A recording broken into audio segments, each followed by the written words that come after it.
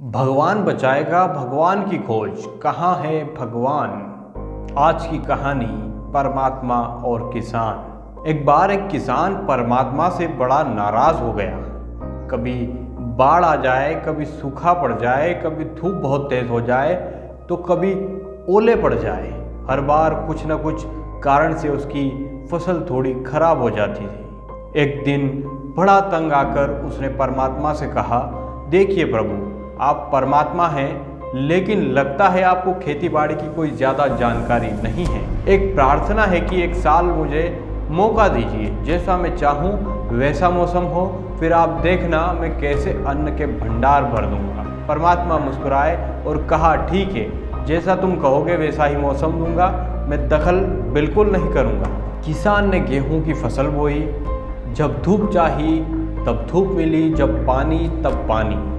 तेज धूप, ओले, बाढ़, आंधी तो उसने आने ही नहीं दिए। समय के साथ फसल बढ़ी और किसान की खुशी भी, क्योंकि ऐसी फसल तो आज तक नहीं हुई थी। किसान ने मन ही मन सोचा, अब पता चलेगा परमात्मा को कि फसल कैसे करते हैं। बेकार ही इतने बरस हम किसानों को परेशान करते आ रहे हैं। फसल काटने का समय भी आया। किसान बड़े ही गर्व से सीना चौड़ा कर फसल काटने गया, लेकिन जैसे ही फसल काटने लगा एकदम से छाती पर हाथ धरकर बैठ गया। गेहूं की एक भी बाली के अंदर गेहूं नहीं था। सारी बालियां अंदर से खाली थी। बड़ा दुखी होकर अपने परमात्मा से कहा, प्रभु ये क्या हुआ। इस बात पर परमात्मा बोले, ये तो होना ही था। तुमने पौधों को संघर्ष का जरा सा भी मौका नहीं दिया। न तेज धूप में उनको तपने दिया, न आंधी ओलों से उन्हें जूझने दिया।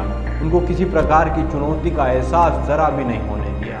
इसलिए ही सब पौधे खोखले रह गए हैं। जब आंधी आती है, तेज बारिश होती है, ओले गिरते हैं, तब पौधा अपने बल से ही खड़ा रहता है। वो अपना अस्तित्व बचाने का संघर्ष करता है, और इस संघर्ष से जो बल पैदा होता है वो ही उसे शक्ति देता है, ऊर्जा देता है, उसकी जीवटता को उभारता है।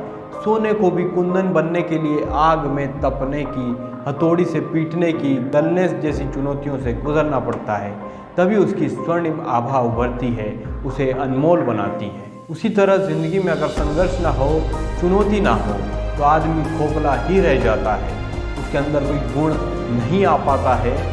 ये चुनौतियाँ ही हैं जो आदमी रूपी तलवार को धार देती है, उसे सशक्त और प्रखर बनाती है।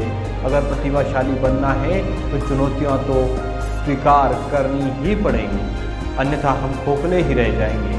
हरिओम वीर आपसे यही कहता है, अगर ज़िंदगी में प्रखर बनना है, प्रतिभाशाली बनना है, तो संघर्ष और चुनौतियों का डट कर सामना करना ही पड़ेगा। बहुत बहुत शुक्रिया।